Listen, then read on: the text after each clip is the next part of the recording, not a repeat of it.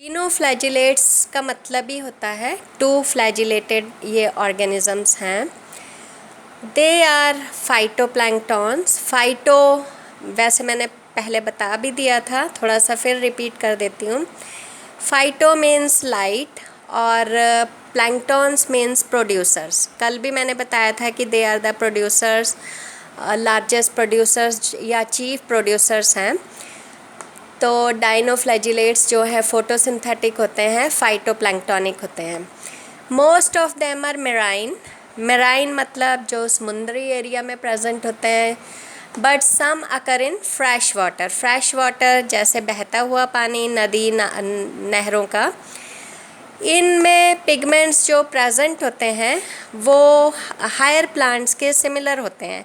For example chlorophyll present होगा तभी तो ये अपना फूड खुद प्रिपेयर कर सकेंगे इन द प्रेजेंस ऑफ सनलाइट। इनके बेस्ट एग्जाम्पल हैं डाइनोफ्लैजिलेट्स के जिम्नोडियम एंड गाइनोलेक्स। थोड़े से चलो टफ हैं बोलने में, पर 2-4 बार आप लर्न करोगे तो आपको याद हो जाएंगे। They grow large number in sea and make the water look red and cause the red tide. ये बेटा इम्पॉर्टेंट है, इसे आपने क्रैम कर लेना है। अब मैंने पहले बताया है कि इनमें बहुत सारे कलर्स के पिगमेंट होते हैं। अलग अलग डिनोफ्लैजिलेट्स में अलग अलग तरह के पिगमेंट्स होते हैं। तो ये जो जिम्नोडियम है और गाइनोलेक्स है, इनमें रेड कलर का पिगमेंट प्रेजेंट होता है। तो जैसे ये पानी में ग्रो करते हैं या डेवलप होते हैं तो पूरे जो आपको पानी का कलर है वो रेड दिखेगा। तो और इसी से ही फॉर्मेशन होता है रेड टाइड का। तो रेड टाइड आपको क्वेश्चन में पूछ सकते हैं 1 मार्क्स में, क्या होता है रेड टाइड या फिर क्यों होता है रेड टाइड। तो due to red colour pigment. अब इनमें जो फ्लैजेला प्रेजेंट होते हैं, दो तरह के डिफरेंट फ्लैजेला प्रेजेंट होते हैं, जिसके कारण इन्हें हिट्रोकॉन्स कहते हैं। एक होता है ट्रांसवर्स फ्लैजेलम और दूसरे होते हैं लॉन्गिट्यूडनल फ्लैजेलम। तो आपको ट्रांसवर्स जो ऐसे साइड में बने होते हैं उन्हें ट्रांसवर्स फ्लैजेलम कहते हैं। जो लॉन्गिट्यूडनल लंबाई में बने होते हैं उन्हें लॉन्गिट्यूडनल फ्लैजेलम कहते हैं। ये मैंने यहाँ पर 2 फ्लैजेलम बनाए हैं, transverse flagellum and longitudinal flagellum. दोनों जो फ्लैजेला हैं डिफरेंट डायरेक्शन में बीट करते हैं। मीन्स एक अगर ऊपर को बीट करेगा तो दूसरा जो है नीचे को बीट करेगा, जिसके कारण ये क्या है, जब डिनोफ्लैजिलेट समुद्र में स्विम करते हैं तो उन्हें घुमा देते हैं, स्पिन कर देते हैं डिनोफ्लैजिलेट्स को, जिससे ये आगे बॉल की तरह मूव कर जाते हैं। सम मेराइन डिनोफ्लैजिलेट्स जो हैं वो एक प्रोसेस शो करते हैं जिसे कहते हैं बायोल्यूमिनेसेंस। देखिए, बायो मीन्स होता है लिविंग, ल्यूमिन मीन्स लाइट, है ना, एमिट करना। तो it means they emit light. For example Noctiluca और गाइनोलेक्स जो हमने ऊपर पढ़ा है, ये 2 ऑर्गेनिजम्स हैं जो लाइट एमिट करते हैं या जिनमें कैपेसिटी होती है टू शो बायोल्यूमिनेसेंस। अब अगर हम इनमें न्यूट्रिशन की बात करें तो पहले ही हम ऊपर देख चुके हैं कि ये फोटोसिंथेटिक हैं। सो इनमें मोड ऑफ न्यूट्रिशन जो है वो फोटोट्रॉपिक है।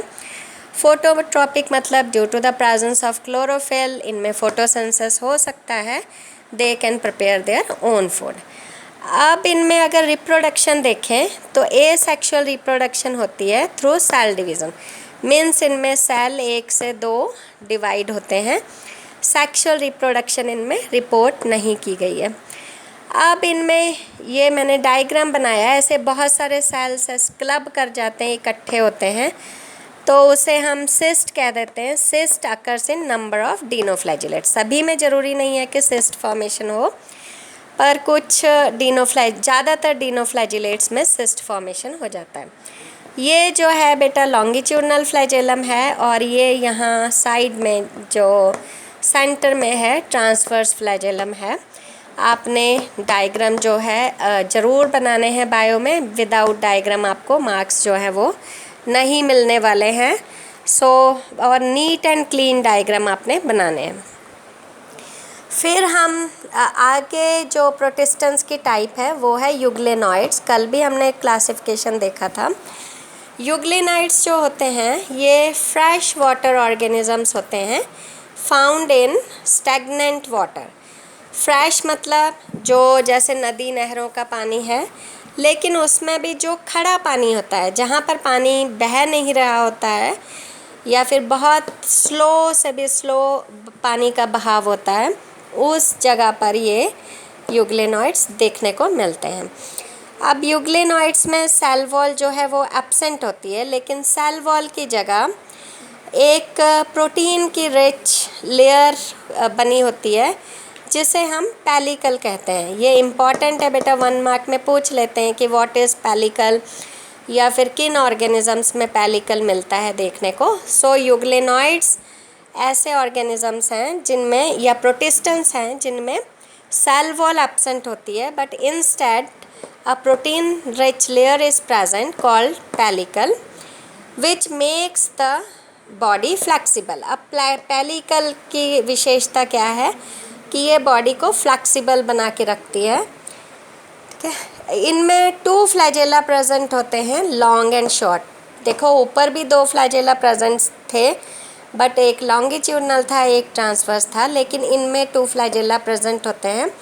ये मैंने बनाया भी है यहाँ डायग्राम में। एक लॉन्ग फ्लैजेला होता है और एक अंदर की तरफ ये ब्लू कलर से मैंने छोटा फ्लैजेला यहाँ पर बनाया है, इसे कहते हैं शॉर्ट फ्लैजेला।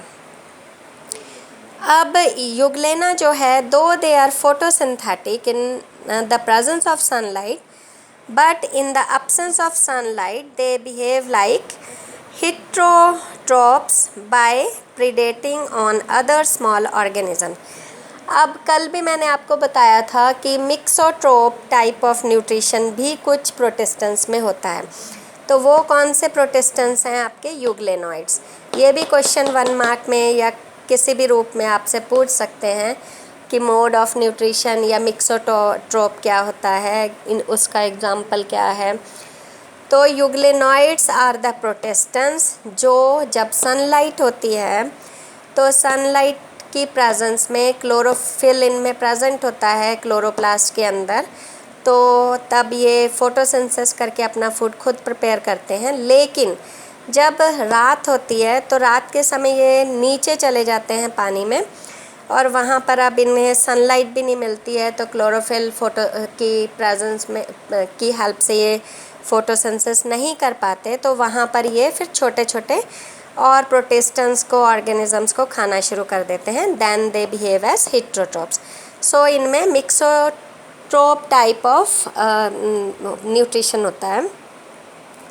ये यूग्लेनॉइड्स, यूग्लिना का डायग्राम है। मैंने यहाँ पर छोटा बनाया था क्योंकि मैं चाहती थी कि आपको 2 टॉपिक्स और कवर करवा दूँ, पर आई थिंक इसमें नहीं कवर होना था, इसलिए मैं कल आपको कंप्लीट करवाऊँगी प्रोटिस्टेंस। सो ये एग शेप कह सकते हैं हम इसको, या कोनिकल स्ट्रक्चर है। लॉन्ग फ्लैजेला, इसके अंदर एक शॉर्ट फ्लैजेला होता है, इसमें क्लोरोप्लास्ट होते हैं। Outer most layer cell wall तो नहीं होती, पेलिकल होता है।